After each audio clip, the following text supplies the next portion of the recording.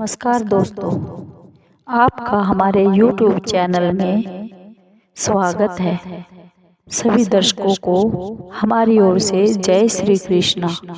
दोस्तों, कैसे हैं आप? उम्मीद है आप सब अच्छे होंगे।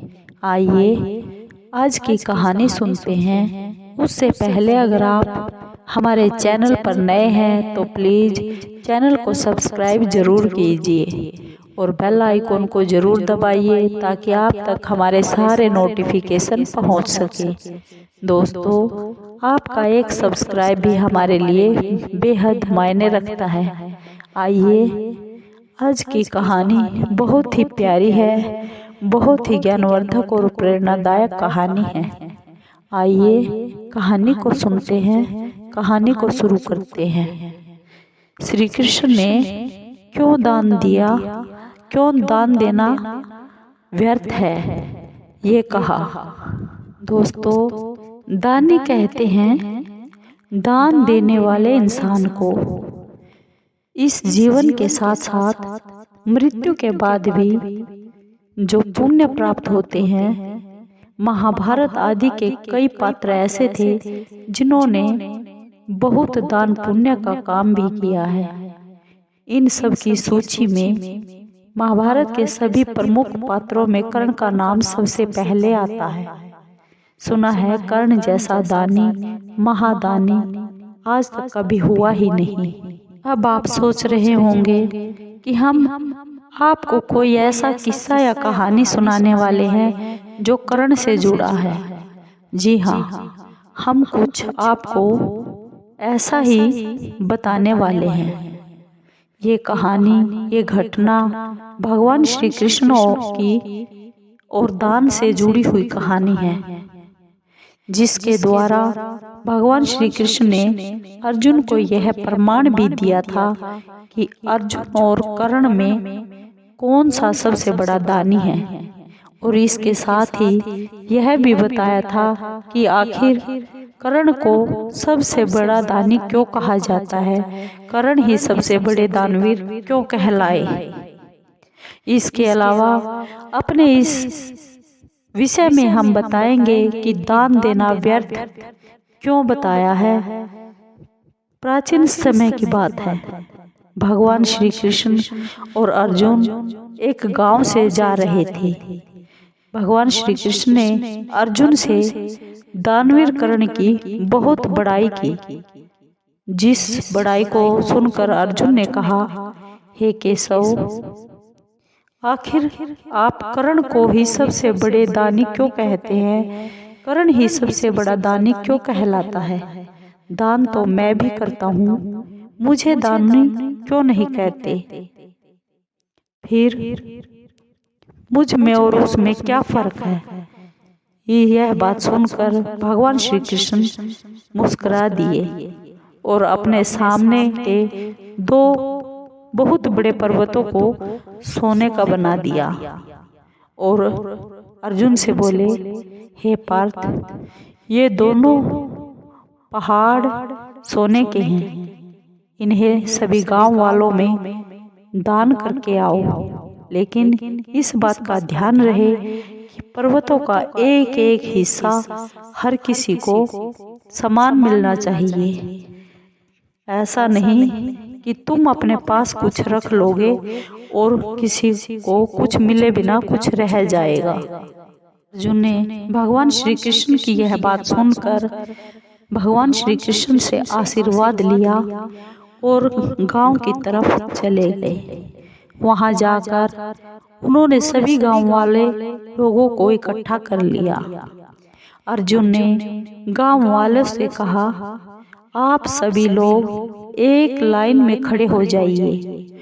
और इसके बाद अर्जुन ने वह पहाड़ सोने का था जो वो सोना ले लिया और सभी गांव वालों को बांटना शुरू कर दिया। सभी लोग अर्जुन की जय जयकार करने लगे। अर्जुन अपनी जय जयकार सुनकर फूले नहीं समाए और गांव के लोग सोना लेते और दोबारा लाइन में लग जाते। इस तरह पूरे 2 दिन तक अर्जुन ऐसे ही करते रहे। लेकिन 2 दिन सोना बांटते हो गया और पहाड़ का तो रत्ती भर भी सोना कम नहीं हुआ। अर्जुन पसीना पसीना हो गए, लेकिन गांव वालों से अपनी जय जयकार सुनकर फिर से जोश में आते और फिर सोना बांटना चालू कर देते। परंतु पहाड़ कम होने का नाम ही नहीं ले रहा था। आखिर अर्जुन भगवान श्री कृष्ण से बोले, हे केशव, मैं आपसे माफी चाहता हूँ, क्षमा चाहता हूँ, लेकिन मैं ये काम इससे ज्यादा और नहीं कर पाऊंगा। मैं बहुत थक गया हूँ और तुम्हें क्या बताऊं। भगवान श्री कृष्ण अर्जुन से बोले, हाँ अर्जुन, तुम सचमुच ही थक गए हो। तुम्हें विश्राम की बेहद आवश्यकता है। आप विश्राम कीजिए। इसके बाद भगवान श्री कृष्ण ने कर्ण को बुलाया और अर्जुन की तरह ही कर्ण को भी कहा, तुम इन दोनों सोने के पर्वतों को गांव वालों को बांट दो।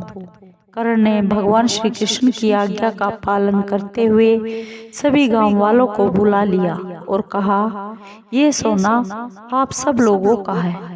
आप जितना चाहे ले लीजिए और आपस में बांट लीजिए।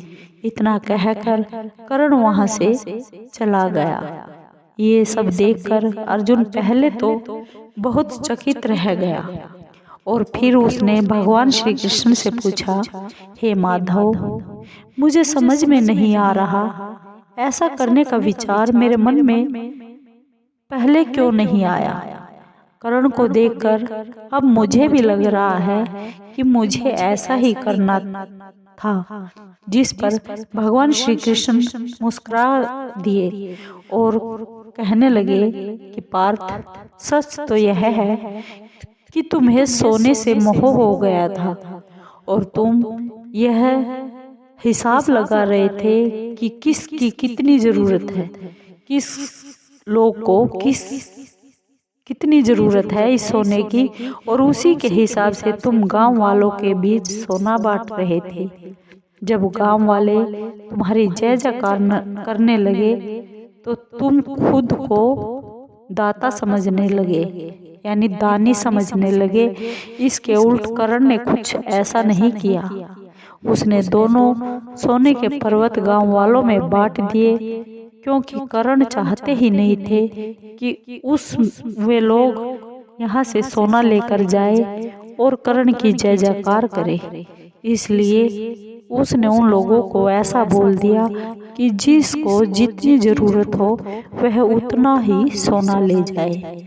कर्ण को इस बात से कोई भी फर्क नहीं पड़ रहा था कि लोग उसकी पीठ के पीछे क्या कह रहे हैं। कर्ण अच्छे से जानता है कि वो एक सिर्फ माध्यम है और वो परमात्मा की दी हुई चीजों को उन लोगों तक पहुंचा रहे हैं। कहने का मेरा अर्थ ये है कि दान कुछ भी पाने की इच्छा से नहीं करना चाहिए। जो दान कर रहे हैं उसे परमात्मा का दिया हुआ प्रसाद अपने आप को माध्यम समझकर दे देना चाहिए। इस प्रकार भगवान श्री कृष्ण ने अर्जुन को यह बताया कि वैसा दान हमेशा व्यर्थ है जो प्रसिद्धि पाने के लिए करता है। अपनी जय जयकार करवाने के लिए जो दान करता है, ऐसा दान हमेशा बेकार है, व्यर्थ है। इसमें किसी चीज को पाने की इच्छा नहीं होनी चाहिए। जो परमात्मा ने हमें दिया है अपने आप को माध्यम बनाकर दूसरे तक पहुंचा देना चाहिए। दोस्तों, आपको ये वीडियो कैसी लगी? अगर आपको ये वीडियो अच्छी लगी हो तो प्लीज़ चैनल को लाइक कीजिए, शेयर कीजिए, सब्सक्राइब कीजिए और कमेंट ज़रूर कीजिए। धन्यवाद दोस्तों।